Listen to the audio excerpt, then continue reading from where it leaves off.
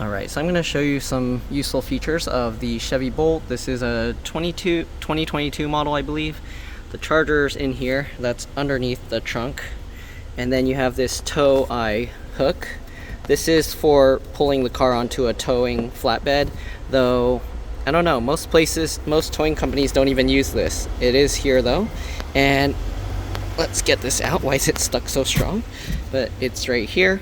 Usually this goes in, it's kind of interesting because it goes into the thing clockwise. There's a hole on the back as well as a hole on the front, so you actually have two options. This thing is actually pretty hard to get out with your bare hands. If you have fingernails, you can kind of do it. It's hard to show this, but let me see. The front one is easier to get out, but here you can pull, and there's clips under here. The top has like things that go up there to hold it in place, and then on the bottom it actually has some clips that kind of hold it. And the way I kind of get this out, if I had my right thumbnail it would be easier, but I cut that one. But basically you would grab in here. If you have like a small flathead screwdriver or plastic pry tool would work better because the screwdriver will scratch it up. But basically you get in here and pull this out. Let me see if I can get it, and then I don't know if I can get it on video because I might need two hands to do this. But kind of pull from this side, okay? And actually, let me see. You can do it also from this side, but it is tough. You can see it's kind of lifting out a little bit. But again, it works better if you have good pry tools. So let me do this real quick with two hands and I'll be back to show you what it looks like. Okay, so I got it popped out. Basically, I had to use one hand to keep pulling on this while I use the other one to keep pulling it more. And here you can see this cap comes out. It goes up there, and then here are the little clips on the bottom. And this is what it looks like. So again, usually these go in clockwise, they go in counterclockwise, not clockwise. So if you're like turning it and you're wondering why it's never going in, it's because you have to turn it counterclockwise, which is weird because most stuff you turn clockwise to screw it in. So this goes in, you can keep twisting this all the way, and you can see it's not quite turned. You can get something in there and turn it, but that's how you would get that. All right, we're gonna take this out and I'll show you the front one. But basically you just undo this, like that, there you go, it comes out. And this isn't designed for like towing your car on the road, so keep that in mind. It is kind of risky because it can spin around if you're using like a tow strap or something. It's meant for just low speed, like pulling it up onto a trailer.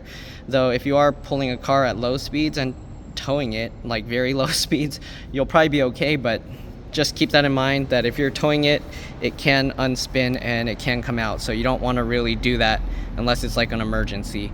It actually tells you not to use this for towing cars, like pulling it out of the mud or stuff. It's designed just for moving the car onto a tow bed. It's not designed for the car that's stuck. So it might not be strong enough like if the car's actually in regenerative braking mode. It's more like if the car's in neutral. Okay, let's go look at the front one now. Alright, so on the front you have this one, and same exact idea. You get in on the side here. I forget if it was that side or this side, but basically you can get in on one of the sides and you can pop this out. And again, it helps to have like a plastic pry tool, but there we go, okay?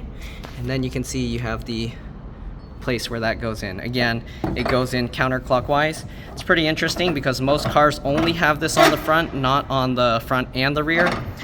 So yeah, but basically you just screw that in, and you don't need to see me screw that in all the way, do you?